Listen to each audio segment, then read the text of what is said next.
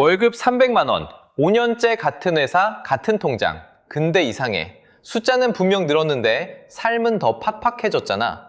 작년 한 해 40대 자산은 플러스 7.7%, 그런데 2030은 마이너스 0.3%. 모든 세대 중에 유일하게 뒷걸음친 세대야. 근데 말해줄게. 이거 네가 게을러서도 공부를 안 해서도 아니야.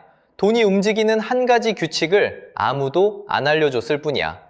지금부터 그 규칙을 펼쳐볼게. 자, 숫자 하나 더 던질게. 30대 평균 자산 3억 1천만 원. 통계청 가계금융복지조사에 나온 공식 수치야. 근데 이상하지? 네 주변에 이 정도 가진 사람 진짜 드물지 않아? 친구들 통장 속 들여다보면 다들 비슷해. 월급은 꼬박꼬박 들어오는데 잔고는 제자리야.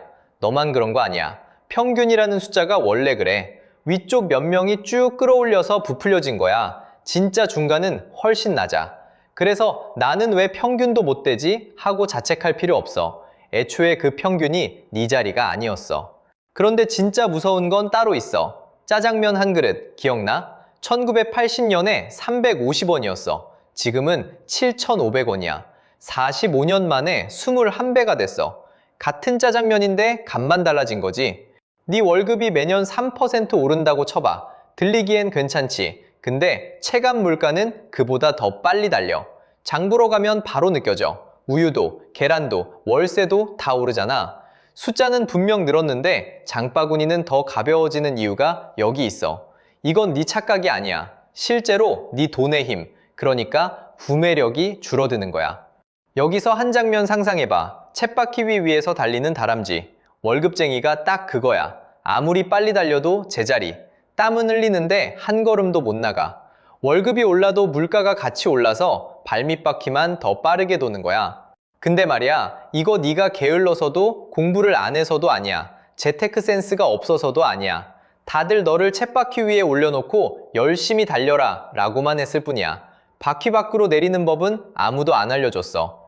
근데 쳇바퀴 밖에 있는 사람들은 달라. 돈을 다루는 방식 자체가 달라. 그게 뭔지 지금부터 펼쳐볼게. 자, 그럼 쳇바퀴 밖에 있는 사람들은 뭘 다르게 할까? 답은 생각보다 단순해. 월급쟁이는 돈을 세는 사람이고 쳇바퀴 밖 사람은 돈을 키우는 사람이야. 세는 건 덧셈이고 키우는 건 곱셈이거든. 덧셈은 네가 일한 만큼만 들어. 한 달 일하면 300, 두 달 일하면 600. 깔끔하지? 근데 거기서 끝이야. 네 몸이 멈추면 숫자도 멈춰. 곱셈은 달라. 곱셈에는 엔진이 붙어 있어. 그 엔진 이름이 시간 곱하기 복리야. 복리라는 말 학창시절에 한 번쯤 들어봤지. 근데 숫자로 보면 감이 다르게 와. S&P 500이라는 게 있어. 쉽게 말해 미국 대표 기업 500개를 한 묶음으로 사는 거야. 이 묶음의 최근 20년 연평균 수익률이 얼마인지 알아? 11.8%야. 무슨 신박한 단타도 코인도 아니고 그냥 들고 있었을 뿐인데 그래. 물론 이건 과거 기준이야. 미래 30년이 똑같을 거라는 보장은 아무도 못해. 근데 그만큼 긴 데이터로 검증된 그릇이 별로 없는 것도 사실이야. 이게 왜 중요하냐면 여기서부터 네 돈의 성격이 바뀌거든. 예를 들어 볼게. 월 30만 원, 커피 5잔 참을 수 있는 돈이야. 그걸 30년 동안 연 10%로 불리면 얼마가 될까?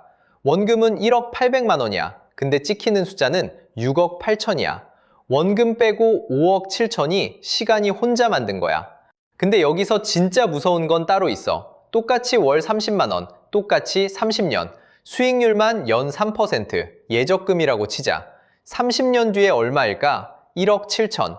연 10%랑 비교하면 30년 뒤 격차가 5억이 넘어. 같은 돈, 같은 시간, 그릇 하나 바꿨을 뿐인데. 근데 사실 연 3%도 안전한 게 아니야. 아까 짜장면 얘기 기억나? 45년간 21배. 물가가 그 속도로 올라가는 동안 예적금 3%는 실질적으로 제자리, 아니 뒷걸음질이야. 현금 들고 있는 것도 결국 쳇바퀴 위에 있는 거야. 자, 이제 쳇바퀴 비율을 다시 꺼내볼게. 쳇바퀴 위에선 돈을 세는 것만 가능해. 아무리 빨리 달려도 그릇이 덧셈이야. 근데 쳇바퀴 밖에선 돈을 심어. 심으면 자라. 자는 동안에도 자라. 너는 일해서 돈을 벌지만 그 돈은 네가 잘 때도 일해. 주말에도 일하고 네가 아파서 누워있을 때도 일해. 그게 곱셈의 세계야. 자, 이제 도입부에서 던진 질문으로 돌아와. 왜 40대는 플러스 7.7이고 2030은 마이너스 0.3일까? 40대는 10년 전부터 곱셈을 시작했거든. 그 10년이 지금 그래프를 벌린 거야. 2030은 아직도 덧셈만 하고 있고 같은 해를 살아도 그릇이 다르면 결과가 이렇게 갈려. 10년만 빨리 시작했더라면 이라는 말이 허풍이 아닌 이유가 여기 있어. 근데 이 규칙을 알아도 대부분 못해. 왜? 그럼 이제 진짜 질문. 너는 뭘 해야 할까? 쳇바퀴 밖으로 나간다고 하면 다들 거창한 걸 상상해. 퇴사, 부업, 코인, 부동산. 아니야, 그거 아니야. 쳇바퀴 밖으로 나가는 첫걸음은 딱 하나야. 네 월급의 일부를 시간이 일하는 곳에 심는 거. 그게 전부야. 구체적으로 말해줄게. 연금저축하고 IRP, 세금 돌려받는 노후계좌야. 둘을 합치면 연 900만 원까지 세액공제가 돼. 쉽게 말해 네가 꽉 채워서 넣으면 최대 148만 원을 세금으로 돌려받아. 이건 연봉 5,500 이하 기준이고 그 이상이면 환급액이 조금 줄어. 그래도 연말정산 때 그대로 네 통장에 꽂혀. 이게 첫 번째야. 두 번째, 그 계좌 안에 뭘 담을 거냐? S&P 500 ETF, 오랜 기간 검증된 미국 대표 500개 기업 묶음. 국내 상품으로는 타이거 미국 S&P 500, 코덱스 미국 S&P 500 같은 게 있어. 티커 하나만 알아두면 돼. 근데 한 가지, IRP는 위험자산을 70%까지만 담을 수 있어. 나머지 30%는 채권 ETF 같은 안전자산으로 채워야 해. 연금저축은 100% 다 담을 수 있으니까 먼저 연금저축부터 꽉 채우고 그 다음에 IRP로 넘어가는 순서가 정석이야. 세 번째, 그 안에서 돈을 뺄 때. 일반 계좌였으면 세금이 15.4%, 근데 연금 계좌는 5.5%야. 3분의 1 수준이야. 나라가 너한테 이만큼 깔아준 거야. 안 쓰면 그냥 버리는 거야. 근데 한 가지 주의. 이건 노후를 위한 씨앗이야. 중도해지하면 기타 소득세 16.5%가 붙어서 세금 폭탄이야. 당장 쓸 돈으로 넣으면 안 돼. 진짜 없어도 되는 돈만 심는 거야. 얼마부터 시작하냐고? 월 30만 원이야. 커피값 2잔이야. 하루 한 잔 아낀 만큼이야.